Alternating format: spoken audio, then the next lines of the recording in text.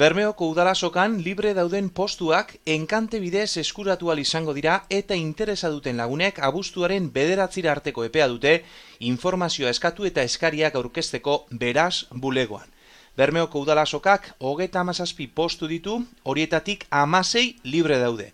Gehienak kanpoko aldean. Ildo berean, udalasokak 16 mahai finko ditu eta horietatik 9 libre daude.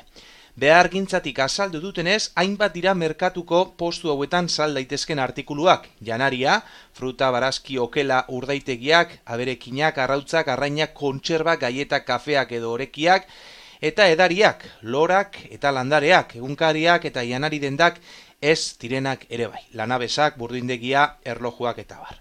Merkataritza zinegotzi den Irune Ormaetxeak esan du, ekintzaileentzat aukera oso ona eskaintzen dutela merkatuko postu hauek, horregaitik aipatutako negozio bat jarri nahi duten pertsonei azokan egitera animatzen die udaletik. Merkataritza zinegotziak azaldu du azokaren helburuetariko bat nekazal produktuen salmenta bultzatzea dela. Bereziki inguruko baserrietan ekoiztutako produktuak eta produktu ekologikoak saltzea bultzatu nahi dela.